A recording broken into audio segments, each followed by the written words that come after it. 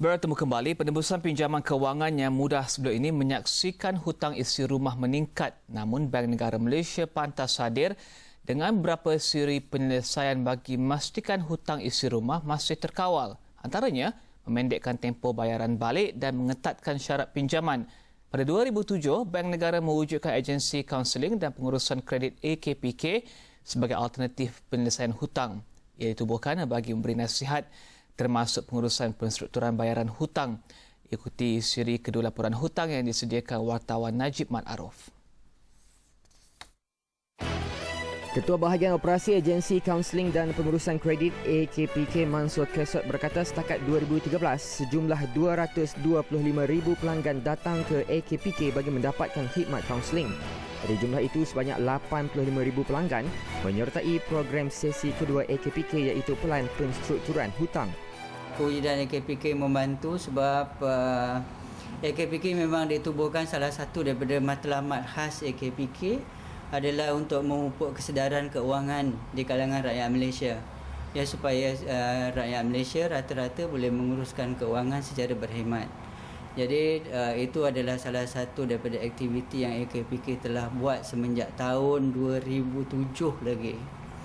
Dan kalau kita tengok statistik macam seperti kaunseling bermakna mereka yang telah mendapat perkhidmatan kaunseling untuk pengurusan keuangan dan kredit daripada AKPK setakat ini 225,000 telah datang ke AKPK. Mansur berkata bagi pelanggan yang tidak mengikuti sesi kedua dianggap sebagai mampu menyelesaikan masalah kewangan sendiri. Sementara bagi 85,000 pelanggan, hanya 10% gagal mengikuti pelan penstrukturan yang ditetapkan. Untuk mereka yang tak mampu menguruskan masalah sendiri, mereka akan datang ke AKPK untuk program pengurusan kredit. Jadi inilah yang 85,000 tadi, di mana untuk 85,000 ni kita sediakan program khas. Kita akan rundingkan dengan bank untuk restructure balik pinjaman mereka supaya mereka boleh bayar hutang mengikut kesesuaian, mengikut kemampuan. Dan setakat ni kalau kita bercakap pasal disiplin, daripada 85 ni kurang daripada 10% gagal untuk mengikuti program yang kita sediakan.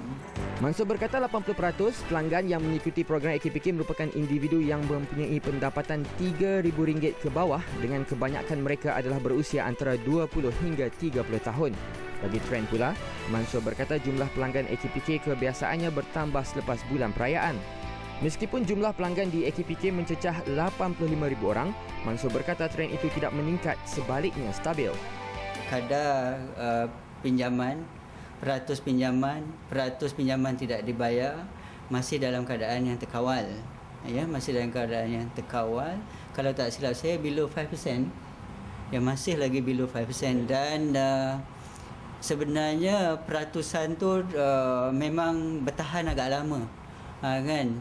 Mungkin saya yakin sebab kita mempunyai sistem keuangan yang baik, sebab tu peratusan tu masih dipertahankan lagi. Melalui pelan penstrukturan AKPK, agensi itu akan berunding dengan institusi perbankan untuk menstruktur kembali tempoh bayar balik pinjaman individu. Ia membolehkan individu membayar balik pinjaman dalam tempoh panjang dan komitmen bulanan yang sedikit berbanding sistem konvensional. Namun apa kesannya jika seseorang individu sampai ke tahap penstrukturan hutang? Perunding kewangan FP Fortis, James Ong berkata individu bakal berdepan rekod nama buruk di institusi kewangan. Bila agensi AKPK masuk untuk tolong, maksud untuk individu itu tak boleh meminjam lagi.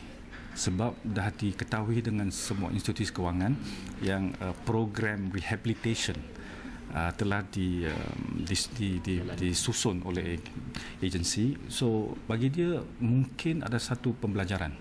Mansur dan James turut bersetuju pendidikan pengurusan kewangan amat penting bagi mengelakkan trend hutang tinggi ini berlanjutan kepada generasi baru. Siri ketiga laporan bakal mengupas keperluan sistem pendidikan pengurusan kewangan di peringkat menengah dan institusi pengajian tinggi sebagai mata pelajaran wajib. Najib Mat Arif, Astro Awani.